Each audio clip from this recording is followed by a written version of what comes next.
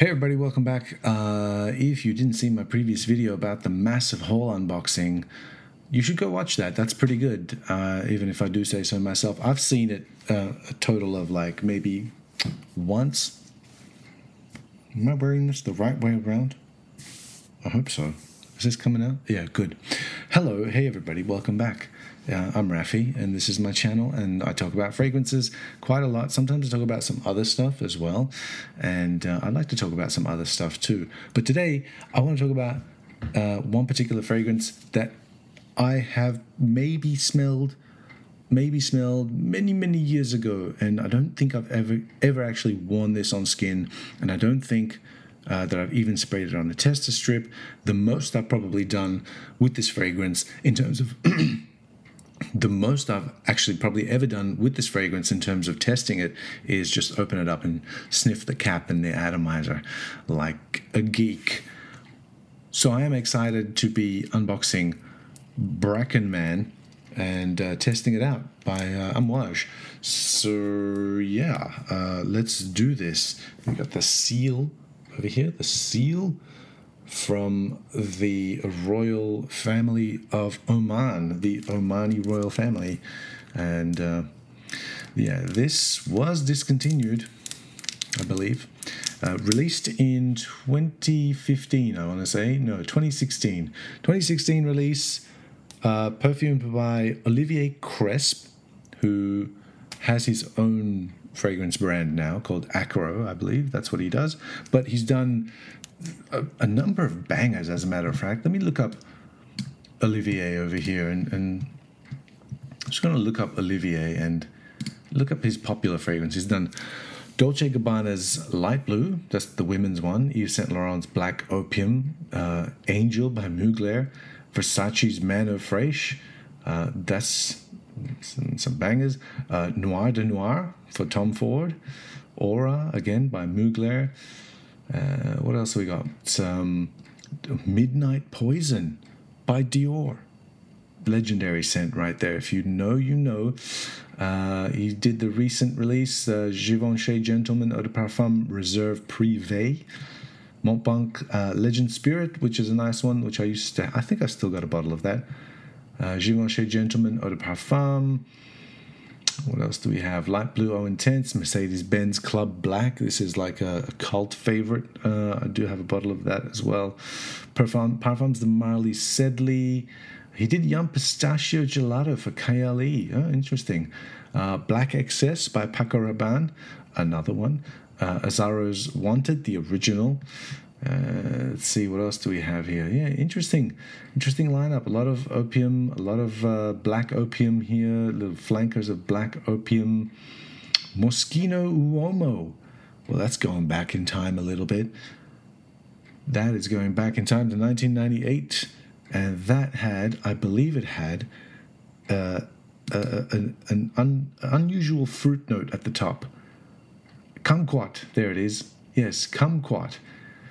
Yeah, it's been a while since I've smelled that fragrance. That's 90s. That's sort of late 90s in the bottle. Fantastic, that one. If you can get a vintage, I think that's a good one to get. Kind of cheap these days, because I think it's been absolutely watered down as what happens to fragrances. But hopefully this one is the real deal. So unboxing Bracken Man. And the cellophane is industrial grade.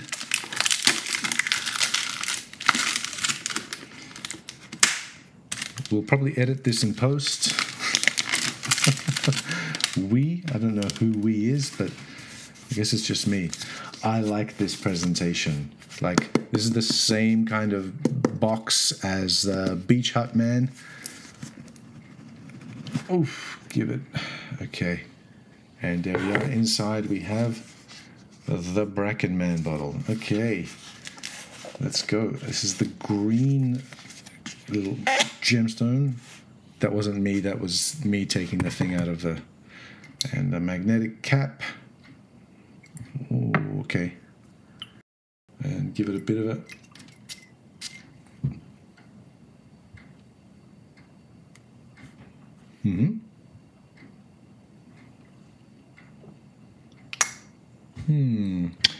Interesting. It feels like it's a little bit like a cacophony of notes that hit you right off the first spray.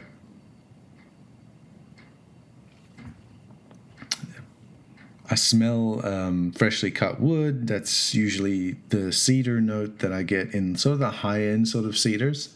It's the same kind of cedar that I'm getting in a very high-end fragrance, which has rose and cedar in it. And I totally don't like it, but I can appreciate the quality.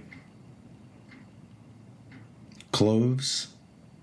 Yes, I love cloves. Cloves, me and clove, we go way back. We go way back because, you know, once the weather sort of gets colder, or got colder when I was a kid, my grandma used to make clove and cinnamon tea, and we used to eat that.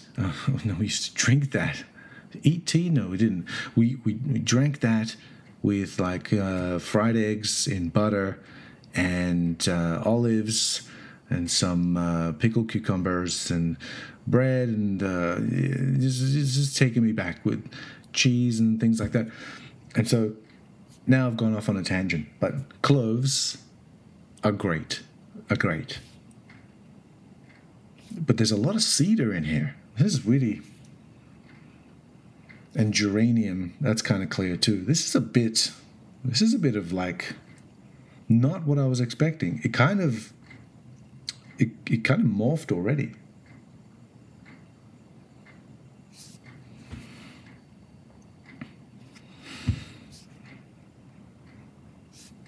Yeah, okay.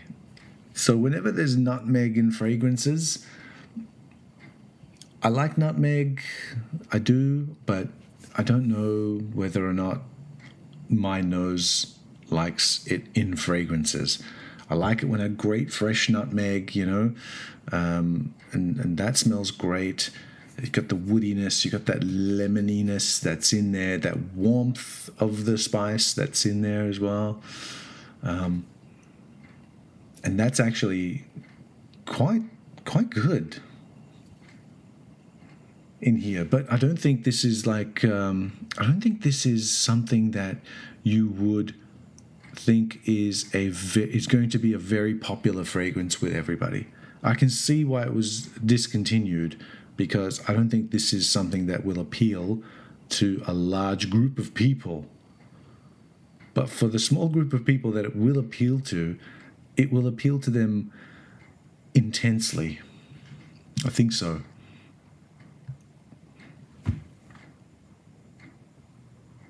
There is cypress in here as well, but it's not the cypress that I'm used to smelling. Totally different one, but freshly cut sawn wood. So it could be the cedar mixing with some geranium in here. Oh man, or even like the butt of the cloves, like the cloves, they have like a little a bulbous sort of head, and then they have like the stem, which is like the woody portion of it. Kind of like that. I know they say, like the note listing doesn't say that it has oak moss in here, but I can kind of smell oak moss in here. Not your typical one either. Like it's, again, even people, like anyone who smells this, who has smelled niche fragrances before, will have to admit that the ingredients in here are of very high quality. Just based on like the clarity of the notes that you're getting in here. They're just like intermingling and playing. I wonder how it's going to settle down. And given that it's an Amouage, it's probably going to take like 2 weeks for it to kind of settle down. But yeah, I don't mind it. So far, I don't mind it, but I don't know if like I instantly love it. That's the honest truth. And I've found that in a lot of occasions where if I instantly love it, then I quickly fall out of love with it, and it's no longer as euphoric as the first time that I tried it. But the ones that sort of grow on me a little bit, and one day it just sort of clicks, and then I'm like, whoa, where have you been all my life? So, hoping that Bracken Man will be one of those. Just want to show you. Just want to show you the green sparkler. The green sort of fake gemstone. I know it's a fake gemstone, but it's nice. It's nice and light green. Apt, isn't it? Very apt. Anyway, that was my, I guess, unboxing and first impression. It's got to be a first impression because I can't remember this. No, I can't remember this at all. But yeah, it's unboxing first impression of Bracken Man, which was discontinued, and I'm going to double check this because discontinued. Yeah, it's in the discontinued collection still on Fragrantica, and I'm looking this up. They discontinued. No.